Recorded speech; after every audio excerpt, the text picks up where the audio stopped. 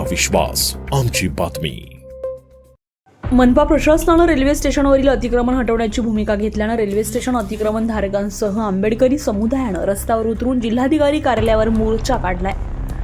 Railway स्टेशनवरून निघालेला मोर्चा bus stand मार्गे जिल्हाधिकारी कार्यालयावर धडकला।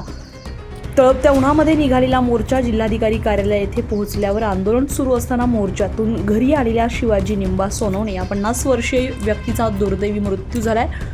तर एका व्यक्तीसह 2 महिलांना भोळ देखील आल्यामुळे त्यांना तात्काळ उपचारासाठी रुग्णालयामध्ये दाखल करण्यात आलं। यावेळी काही काळ तणावाचं वातावरण जिल्हाधिकारी कार्यालय परिसरामध्ये निर्माण झालेलं होतं। अखेर आंदोलनकर्त्यांसोबत जिल्हा प्रशासनाच्या झालेल्या बैठकीत सकारात्मक तोडगा निघालाय।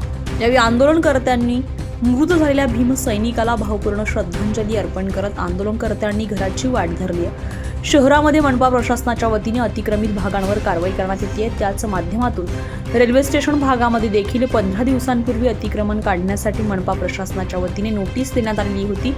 मनपाच्या आलेल्या नोटीस विरोधात आंबेडकरी समाजामध्ये रोष निर्माण झालेला होता। अतिक्रमण धारकांना योग्य जागेत पुनर्वसन करण्यासह शहरातील सर्वच अतिक्रमण मनपा प्रशासनानं काढावं या मागणीसाठी जिल्हाधिकारी कार्यालयावर आंबेडकरी समुदायाच्या वतीने विराट मोर्चाचं आयोजन करण्यात आलेलं होतं। या मोर्चामध्ये महिला पुरुषांसह तरुण मंडळी आणि लहान बालके देखील मोठ्या संख्येने सहभागी झाले होते।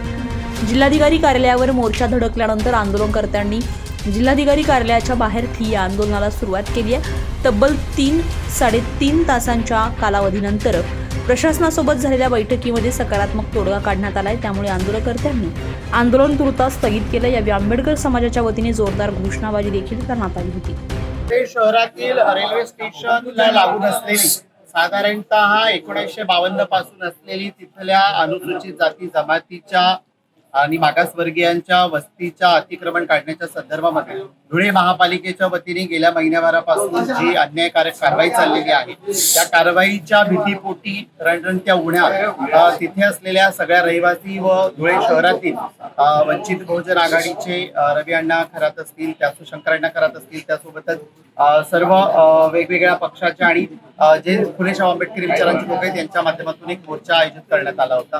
प्रामुख्याने मागण्या याच होत्या की साधारणतः 75 वर्षापासून असलेली वस्ती आणि या वस्तीवर असलेला रहिवासी याचे सगळे कागदोपत्री पुरावे आहेत आणि त्यांना 2017 साली अशाच पद्धतीने मनमानी कारभार करत महापालिकेने निष्कासित केलं होतं आणि पुन्हा एकदा त्यांच्यावर जर निष्कासनाची कारवाई केली जात असेल तर हे अन्यायकारक आहे। म्हणून माननीय जिल्हाधिकारी अग्रवाल मॅम यांच्यासोबत आज योग्य पद्धतीने मॅम यांच्यासोबत आज जी चर्चा झाली त्या चर्चेतून एक सकारात्मक चर्चा झालेली आहे। सुनील निकम, आपलं शासन, धुळे। आपलं शासन, तुमचा विश्वास आमची बातमी।